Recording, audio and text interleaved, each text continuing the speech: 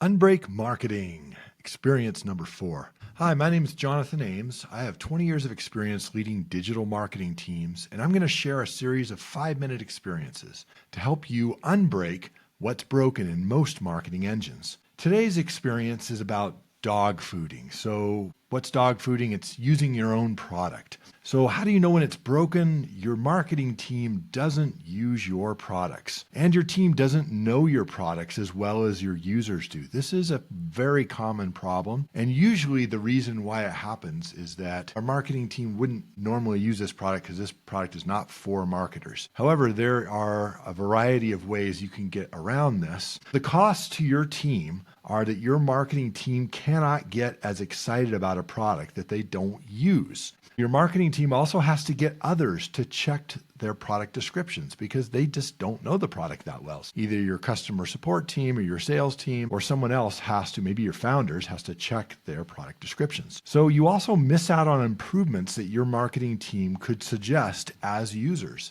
This one is really powerful from a product standpoint because your marketing team in using it is going to find either deficiencies or bugs or areas where they really could see a new feature come out that could be powerful. So another problem is that your team will have a harder time connecting with users. If they're using the product, if they're dog fooding, they're going to understand the user's problems. They're going to understand what's valuable to the users.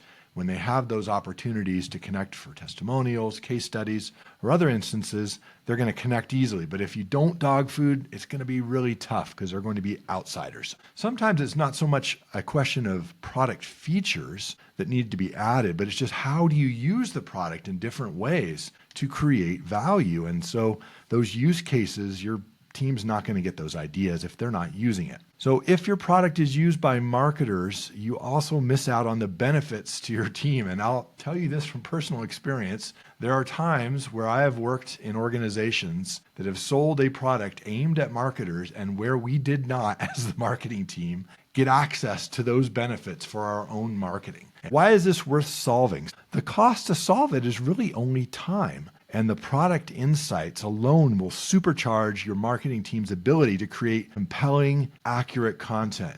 And it's almost impossible to be a true product evangelist without being a user of that product. There was a particular company that I worked with in the past. They had software for inventory management. So obviously that's not something that a marketing team would normally use. However, a good solution for this would have been to set up a fake inventory that was being used, or maybe even sell a product through e-commerce without the idea of making a profit on it, but simply to allow your marketing team to handle the orders, the inventory management with the software, get a feel for how it works. Something like that, while it's not directly selling your product, the small amount of time that your team might take each week to be in there utilizing the product, the benefits of it would be well worth the time that was put into it. You can also solve this by regularly training your marketing team on the product so that they can improve the use of it. What's really helpful is seeing those aha moments. As the marketers themselves use it or get trained on those aha moments, they're going to communicate that in their materials and their ads and so forth. So if your team normally wouldn't use the product, you really need to set aside that time in their schedule for them not to just try it, but to do it on an ongoing basis. And you need to ask your marketing team to regularly give product feedback on that.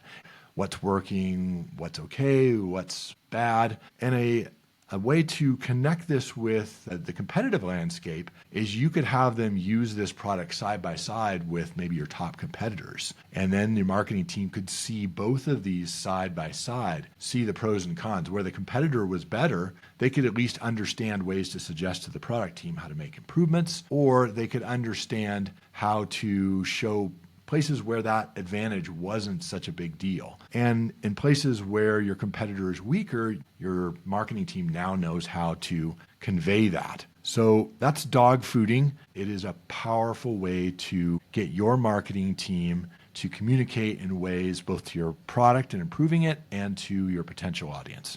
So now you know what's broken and how to fix it.